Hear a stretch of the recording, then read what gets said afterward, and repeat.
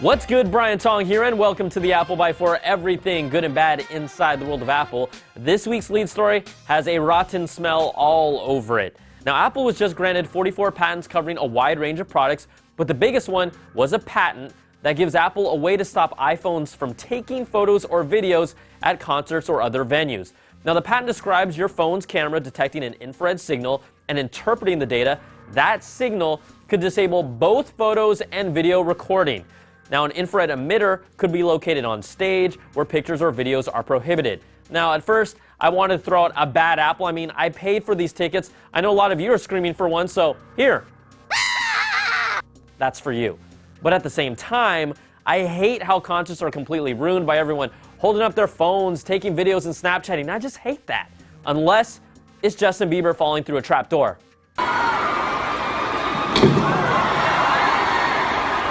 Okay. No Biebers were hurt during the filming of that concert. But on the flip side, there are some good uses for the patent. Museums could use this same tech to automatically display information about an object you're viewing. Now, Apple's already working with artists for exclusive new releases on Apple Music, and they've even funded music videos like Hotline Bling, so you could logically see how they could apply this to Apple-branded concert events. Just another way to control the experience, for better or worse.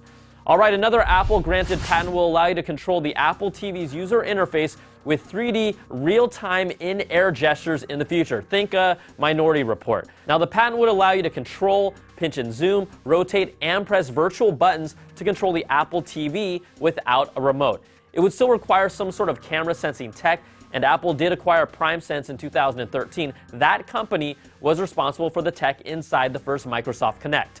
Now, Siri plus this plus a TV streaming service would be a pretty sweet package if it ever comes out. Also, another Apple patent brings a 3D graphical user interface, this time to computer systems that would be able to detect a user's gaze and then allow them to interact with a virtual touchscreen to control navigate a Mac based on the context of what they're doing. Again, all of these patents do not guarantee we'll ever see them in the future, but it could happen.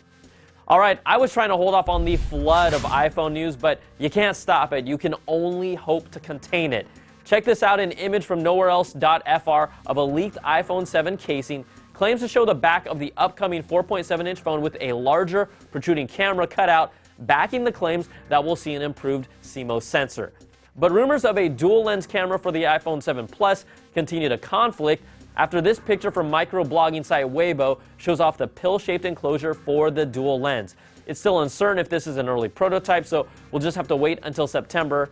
I know it's far away for the official confirmation. Also, a picture from nowhereelse.fr shows us the rear shell with two symmetrical speakers on the base and a single Lightning port with no speaker headphone jack. Weibo leaks claim to show us Apple's EarPods with a Lightning connector on the end of them, even if rumors claim we'll see the standard EarPod headphones with a Lightning adapter dongle. But in an actual story that's not a rumor, Apple supplier Cirrus Logic has announced a new M5 headset development kit that's specifically geared for accessory makers to quickly produce Lightning-based headphones. Now, M5 stands for Made for iPhone, iPad, iPod, and the kit includes form factor reference designs and the advantages of the high-fidelity audio connection. But one thing we know the next iPhone won't have is wireless charging, and I feature accessories that I actually love using on the show. So check out Mophie's bringing wireless charging to their Juice Pack line, and they're calling it Charge Force. There's these different charging pads, like one for your office, a desk stand, or even one that mounts on your car's air vent, and it gets even cooler with magnets that align it to hold it in place.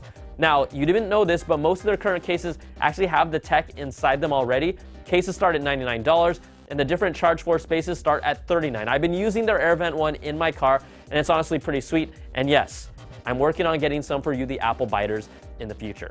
All right, now the overall sense I get from everyone, including myself, is that the next iPhone won't really be that special, and all eyes are already on the 10th anniversary phone, but maybe Google is going to give them a little scare that they need. A Telegraph report says Google is planning to release its own Google-branded smartphone that will compete directly with the iPhone. We've heard Google has wanted a more integrated Apple-like experience, controlling both hardware and software for a future phone. The new device is expected to be released by the end of 2016, so we will wait and see. And you know what? Let's wrap things up on a high note. Florida resident Thomas S. Ross filed a lawsuit against Apple claiming that the iPhone, iPad, and iPod infringe on his 1992 invention of a hand-drawn electronic reading device. See, you can see here how this device looks exactly like the iPhone, iPad, or iPod. Now, Ross filed for a utility patent that protects his invention in 1992, but it was declared abandoned in 95 by the USPTO. He is seeking $13 billion in restitution and a royalty of 1.5% on Apple's worldwide sales of infringing devices. Thomas S. Ross, my friend, good luck to you. All right, that's going to do it for this week's show. You can always email us at theapplebyte@cnet.com or tweet me at Brian Tong. And if you have a cool sketch of your iPhone or iPod or whatever that you think deserves $13 billion, send it along. Thanks so much for watching. We'll catch you all next time for another Bite of the Apple.